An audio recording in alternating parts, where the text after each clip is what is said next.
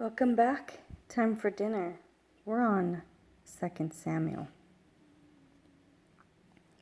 And it came to be after the death of Shaul, when David had returned from striking the Amalekites, that David remained 2 days in Ziklag. And it came to be on the 3rd day that, see, a man came out of camp from Shaul with his garments torn and dust on his head. And it came to be when he came to David that he fell to the ground and did obeisance. And David said to him, "From where do you come?" And he said to him, "I have escaped from the camp of Israel." And David said to him, "What was the matter? Please inform me." And he said, "The people have fled from the battle, and also many of the people have fallen and are dead. And Shaul and Jonathan, his son, are dead too." And David said to the young man who informed him, "How do you know that Shaul and Jonathan, his son, are dead?" And the young man who informed him said, "By chance I was on Mount Gilboa, and saw Shaul leaning on his spear, and see, the chariots and horsemen followed hard after him. And when he looked behind him, he saw me and called to me, and I answered, 'Here I am.' And he said to me, 'Who are you?' So I answered him, 'I am Amalekite.' And he said to me, 'Please stand over me and put me to death, for agony has seized me, but my life is still in me.' So I stood beside him and put him to death, for I knew he would not live after he had fallen. And I took the diadem that was on his head and the bracelet that was on his arm, and have brought them here to my master." And David took hold of his garments and tore them, and also all the men who were with him. And they mourned and wept and fasted until evening for Shaul and for Jonathan his son, and for the people of Jehovah and for the house of Israel, because they had fallen by the sword. Then David asked the young man who informed him, "Where are you from?"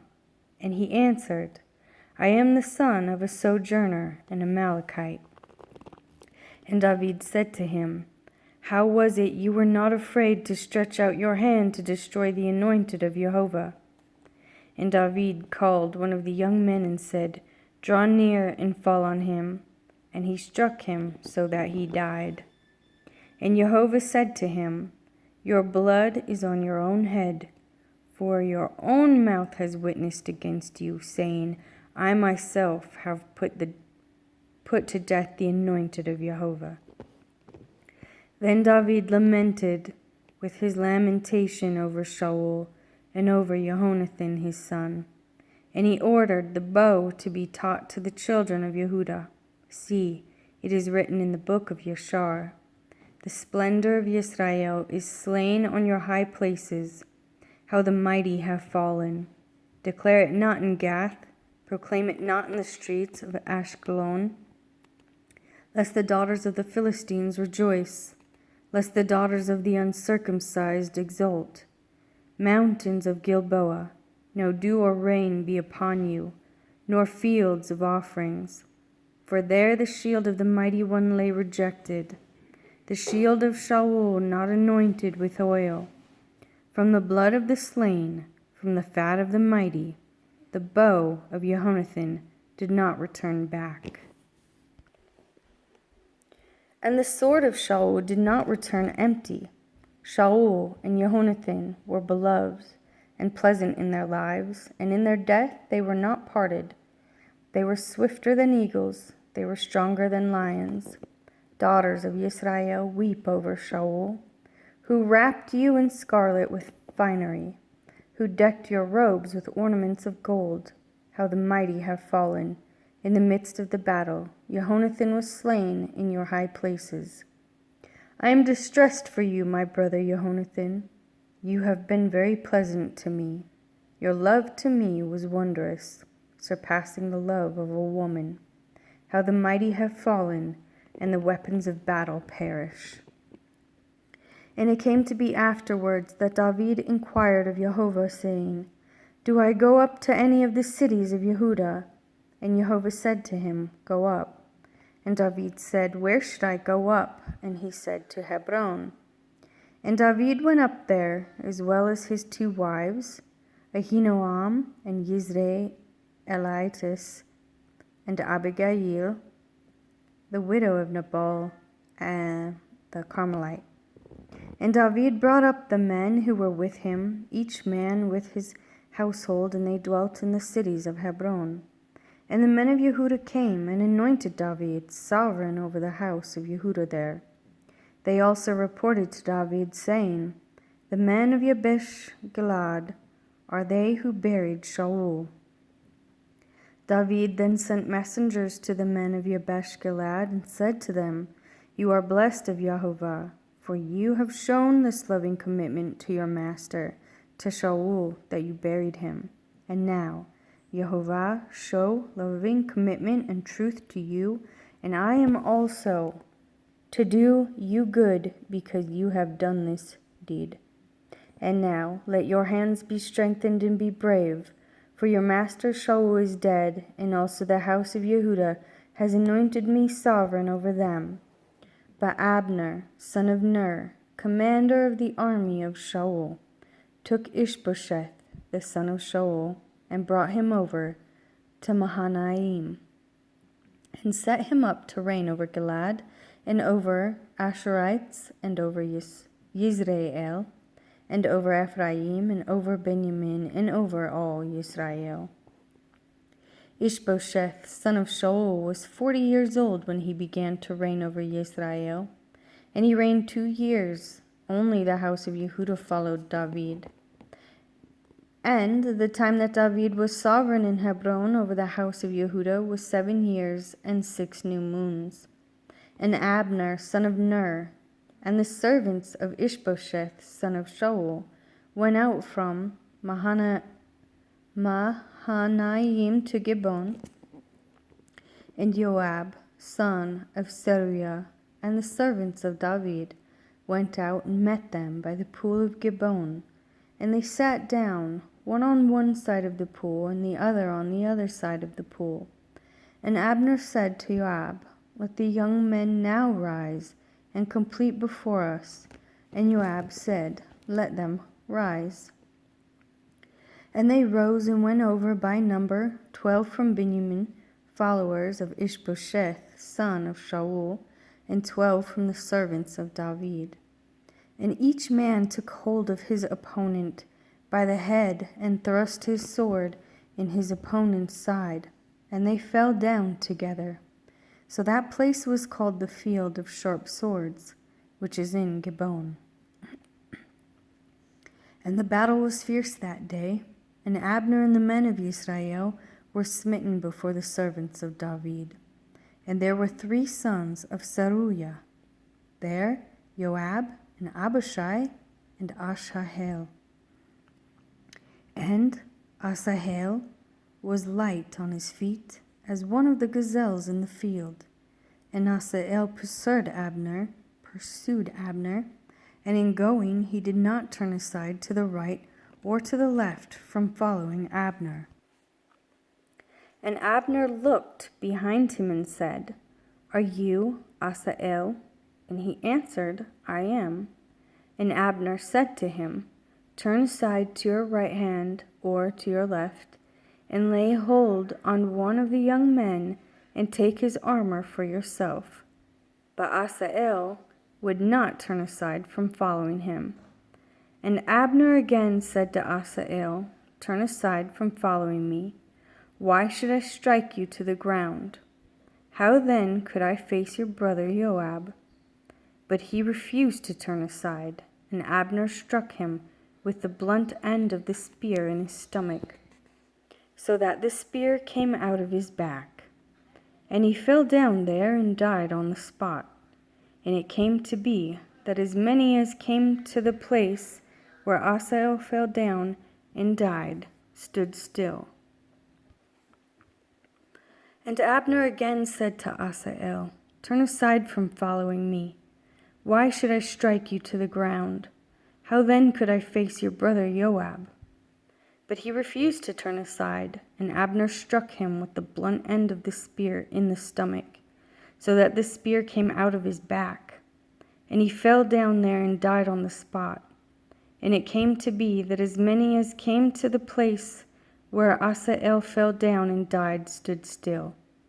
And Joab and Abishai pursued Abner.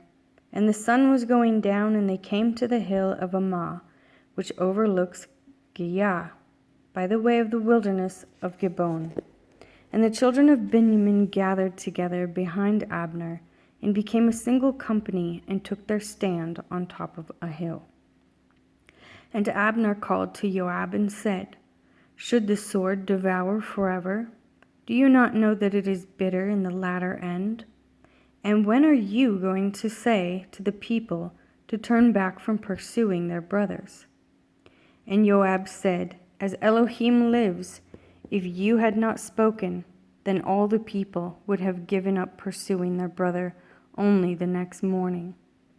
Joab then blew with a shofar, and all the people halted and pursued Yisrael no further, nor did they fight any more. And Abner and his men went on all that night through the desert plain, and passed over the Jordan, and went through all Bithron, and they came to Mahanaim. And Joab turned back from pursuing Abner. And when he had gathered all the people together, there were missing of David's servants 19 men and Asael. But the servants of David had stricken of Benjamin and Abner's men 360 men who died. And they brought Asael and buried him in his father's burial site, which was in Bethlehem. And Joab and his men went all night, and they came to Hebron at daybreak. And the fighting between the men of Shaul and the house of David was long drawn out. But David was going on and was strong, and the house of Shaul was going on and was weak. And sons were born to David in Hebron, and his firstborn was Amnon by Ahinoam the Yisraelites, and his second, Caleb, was by Abigail, the widow of Nabal the Carmelite, and the third, Absalom, son of Maacah, the daughter of Talmai, sovereign of Geshur, and the fourth, Adoniah, son of Haggith, and the fifth, Shephatiah, son of Abital, and the sixth, Yithream, by David's wife Eglah. These were born to David in Hebron. And it came to be while they were fighting between the house of Shaul and the house of David, that Abner was strengthening himself in the house of Shaul. And Shaul had a concubine, whose name was Ritzpah, daughter of Aiah. And Ishbosheth said to Abner, "Why have you gone into my father's concubine?" And Abner was very displeased at the words of Ishbosheth, and said, "Am I a dog's head that belongs to Yehudah, that I shall live in commitment to the house of Shaul your father, to his brothers and to his friends today, and have not let you fall into the hand of David, that you charge me today with a sin concerning this woman? Elohim does so to Abner, and more also, if I do not do for David as Jehovah has sworn to him, to cause the rain to pass over from the house of Shaul, and to raise up the throne of David over Israel and over Yehudah, from Dan to Beersheba." And he was unable to answer Abner another word, because he feared him. And Abner sent messengers on his behalf to David, saying, Whose is the land? Saying also, "Make your covenant with me, and see, my hand is with you to bring all Yisrael to you." And David said, "Good, I make a covenant with you. Only, one matter I am asking of you. You do not see my face unless you first bring Michal, daughter of Shaul, when you come to see my face." David then sent messengers to Ishbosheth, son of Shaul, saying, "Give me my wife Michal, to whom I became engaged for 100 foreskins of the Philistines." And Ishbosheth sent and took her from her husband, from Paltiel, son of Laish. But her husband went with her to Bahurim, going on and weeping behind her. And Abner said to him, "Go, turn back." And he turned back. And Abner had a word with the elders of Israel, saying, "In time past you were seeking for David to be sovereign over you. And now do it. For Jehovah has spoken of David, saying, By the hand of my servant David I saved my people Israel from the hand of the Philistines and the hand of all their enemies." And Abner also spoke in the hearing of Benjamin, and Abner also went to speak in the hearing of David in Hebron, all that seemed good to Israel and all the house of Benjamin. And Abner and 20 men with him came to David at Hebron, and David made a feast for Abner and the men who were with him. And Abner said to David, "Let me arise and go, and gather all Israel to my master the sovereign, and let them make a covenant with you, and you shall reign over all that your being desires." And David sent Abner away, and he went in peace.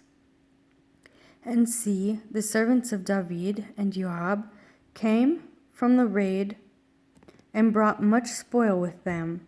But Abner was not with David in Hebron, for he had sent him away, and he had gone in peace.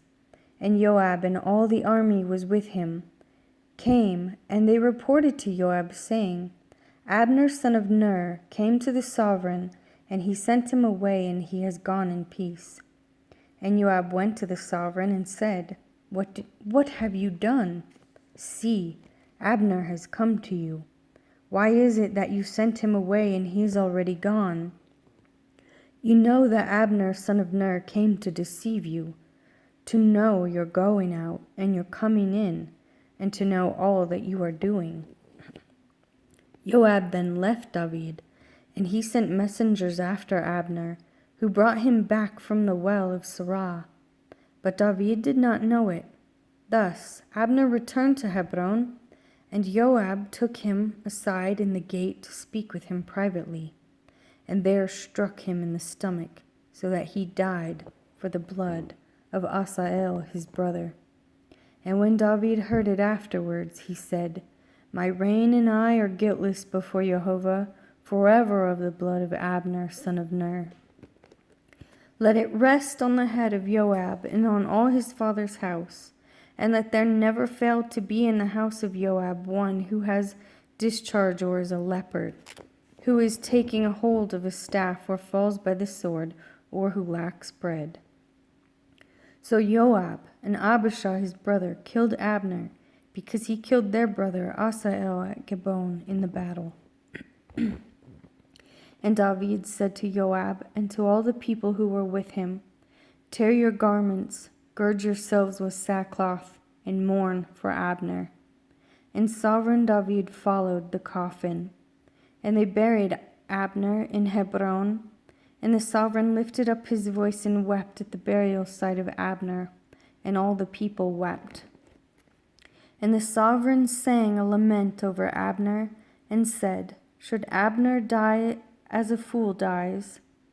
Your hands were not bound, nor your feet put into shackles. As one falls before sons of evil, so you fall." And all the people wept over him again. And all the people came to cause David to eat food while it was still day. But David swore, saying, "Elohim do so to me, and more also, if I taste bread or whatever else till the sun goes down." And all the people took note of it, and it was good in their eyes, since whatever the sovereign did was good in the eyes of all the people. And all the people and all Israel knew that day that it had not been the sovereign's intent to kill Abner, son of Ner. The sovereign also said to his servants, "Do you not know that a prince and a great one has fallen in Israel today? And I am weak today, though anointed sovereign, and these men, the sons of Zeruiah, are too harsh for me. Let Jehovah repay the evildoer according to his evil." And the son of Shaul heard that Abner had died in Hebron, and he lost heart, and all Israel was troubled. And the son of Shaul had 2 men, commanders of bands, and the name of one was Baanah, and the name of the other was Rechab, sons of Rimmon the Beerothite, of the children of Benjamin. For Beeroth was also reckoned to Benjamin, because the Beerothites fled to Gittayim, and they have sojourners there until this day. Now Jehonathan, son of Shaul, had a son who was lame in his feet.